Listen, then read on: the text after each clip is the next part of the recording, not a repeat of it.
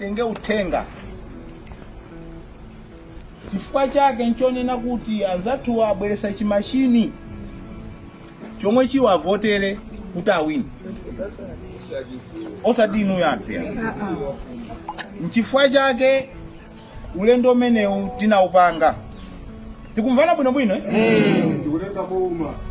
koma anzathu anautenga kuti ife tiyamba ma demonstration iyayi tikubwera. Mademo tikutani? Tikubwera. Mademo tikutani? Tikubwera. Koma lero kunali kukaodira. Ndiye dzulo aliwe mbali kuti atapita ndi timu yawo kwa DC kuti ati mafuna ukaodira. Ndiye waja anauza kuti iyayi musakaodire chifukwa chonena kuti apolisi onse auperekeza chakwera ku Mchinji. Akuti apolisi onse dziko lonse 15,000 aukaperekeza chakwera ku Mchinji. Ndiye ifeyo ndife zipani amene tizatenge boma. Munimvetsetsa? Amene kwakhala 10 months kuti titenge boma. Ndiye titakhala pasi nati tisachite chisawawa. Tenti auze maloya athu kuti pali nkhani iyi tipange bwanji. Ndiye maloya zathu ati ayi tilembelembe tiafunsa akhoti kuti mmene anenerawa tipange bwanji. Ndiye anapita ku khoti. Ndiye akhoti anati nkhani mmene tayionera panafunika kuti a DC akhale apa inu mukhale apa. Tiafunsa DC kuti chifukwa chani alemba kalatani. Nchifukwa chake mnono tachedwa kubwera pati pano kuti zakuzeni kuti kodi tipange bwanji. Ndiye anena kuti lachisanu pamene aitana a DC aitana ife ni maloya athu tikambirani. Koma choti ndikuuzeni abale anga nkhani ya mademo si nkhani imene timakambirana. Ngati pali ufulu umodzi omwe mdziko akati muli democracy imapereka ndi ufulu wokumanameta kumanana pano komanso ufulu otsutsa boma poyenda imene mmati ma demonstration.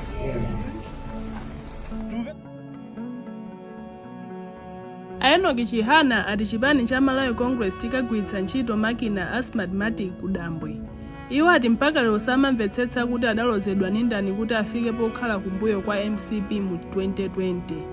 Iwo ati sakufuna zomwe zikuchitika ku Mozambique komanso ku Kenya zitikenso m'dziko lino chifukwa cha kusayendetsedwa bwino kwa zisankho. Wachiwiri kwa mtsogoleri wa chipani cha UDF Halimu Elias wati ndodabwa ndi kupezeka kwa apolisi pa bwalo la community pomwe adindo anawuza kuti apolisi asapezeka pa zionetsero zawo.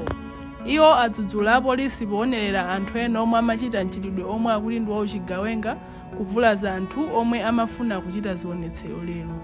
Iwo aloza chala chipani cha Malawi Congress kuti ndi chomwe chinatumiza mabaunsa omwe amaletsa anthu kufika pa bwalo la community.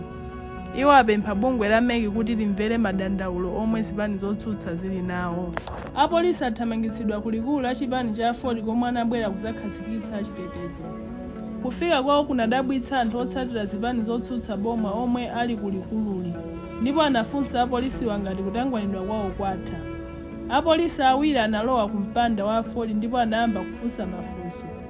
Tamva kuti mwapangidwa ataki kuno. Koma anthu akukana kuti a Ford sanapangidwe chipongwe chilichonse. Kenako anthu anayamba kujambula apolisiwa ndipo ena anayamba kuwakuwiza ukuwakumbutsa kuti kodi mesa amati mwatangwanidwa. Apa wapolisi mmodzi wamkazi anayamba kuthawa ndipo wina wamwamuna anamulondola pambuyo. Lero anthu otsatira zipani zotsutsa boma omwe ali ku Ford agwidwa mmodzi mwa anthu omwe akuti amagwira ntchito yakafukufuku ku National Intelligence Service yemwe anagwidwa panja pa ofesi ya Ford iyi. Zikumveka kuti apolisi anafika kuzatenga munthuyi.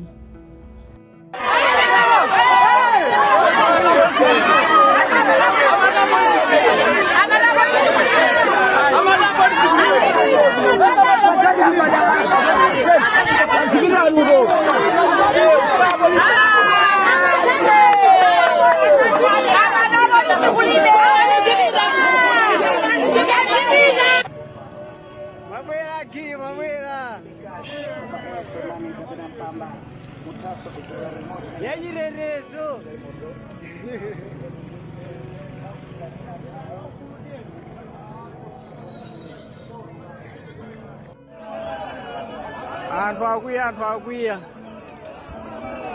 kwabwera azikwanje koma apolisi akungoyang'anira ndaganizo zoti angoseka nsewu basi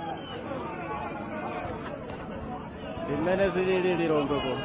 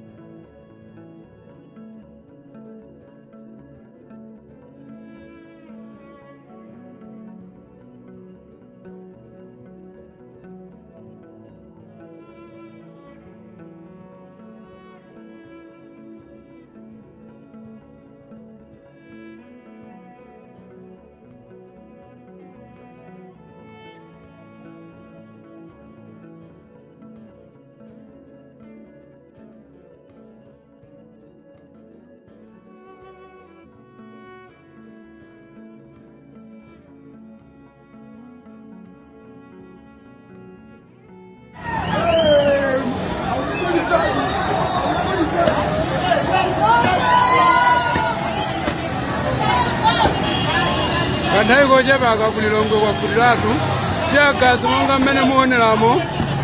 Ku Lilongwe kwavuta monga mmene muoneramo abale ndalongo zinthu sizili bwino.